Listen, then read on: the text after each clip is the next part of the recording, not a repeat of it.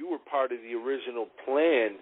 At what point did you and P decide to part ways, and was it something, amicable? Did you both just kind of like grow out of each other, or what happened? Man, it was a trip because we created the first tape, What's the Deal?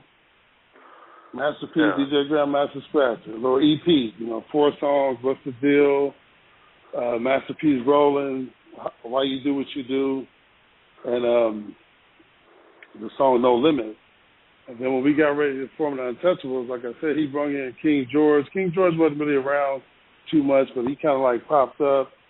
And I'll bring in some of my little members in the group, kind of like NWA with Ice Cube and Sir Jinx and Dr. Dre or whatever.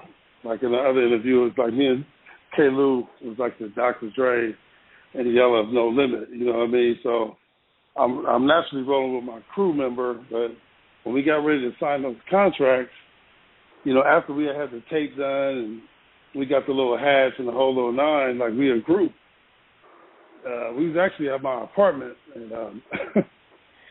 it was like me and Master P as executives, because I knew how valuable that was. So we had signed a contract, and I gave him a little bread, you know what I mean?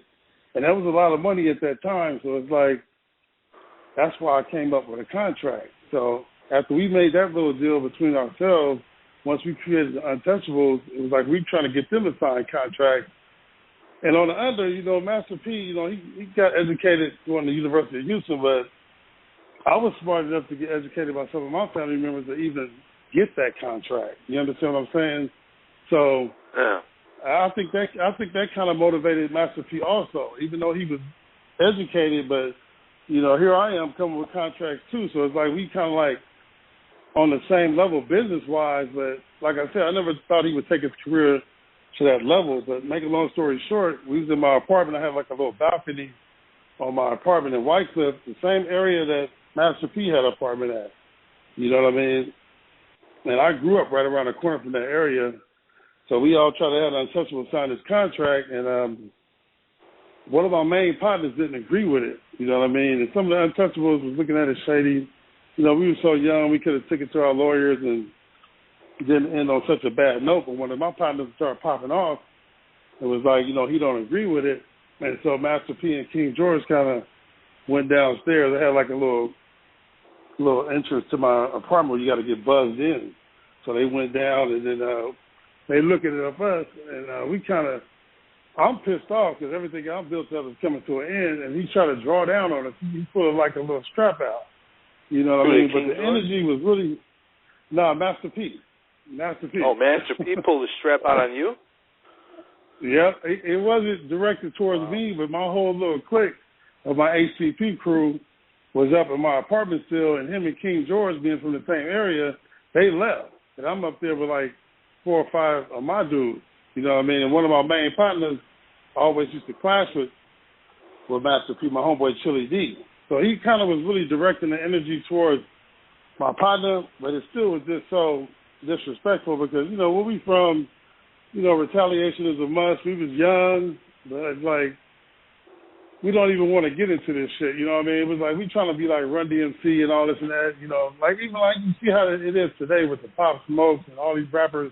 You know what I mean? We didn't want to entertain that kind of shit, but it just was like showing you kind of like how the J Princes is and the Suge Knight. Master P kind of had that little bravado even way back then. You understand what I'm saying? So not to glamorize the shit, you know what I mean? Because it could have got ugly, but it just shows you kind of like the two sides of that cat. The businessman, we riding around as friends, but then when it all came to the end, it was like we put in so much grind.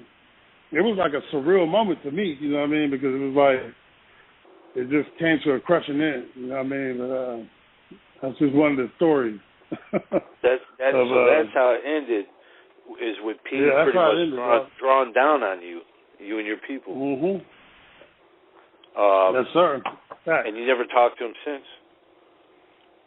I've seen him a couple of times afterwards, and there wasn't no real big animosity, but I mean, I didn't really want to fuck with him, but we went to the studio to K-Luz to try to make it pop, but it was just a different energy, you know what I mean? But like I say, I didn't feel super threatened because we got weapons also. So it was like, you know, it just was odd. You know what I'm saying? After that line had already been crossed. Well, what was the vibe like in K-Lou's? I mean, you and K-Lou and P were there trying to or you were trying to reconnect with P over there. What was going on? Were you guys trying to make songs, or what was happening? Yeah, we was making tracks. They was making tracks.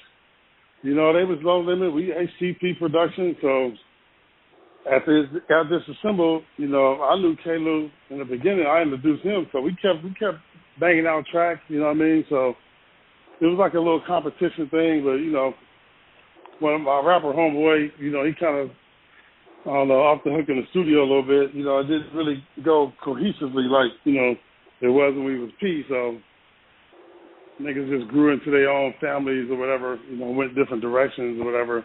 So I kept DJing, you know what I mean? But, yeah, like I say... Make sure to subscribe to the channel, hit the bell for notifications, like, comment, share. Also go over to UGSforLife.com, download the entire archive, and check out new episodes on Apple Podcasts and Blog Talk Radio.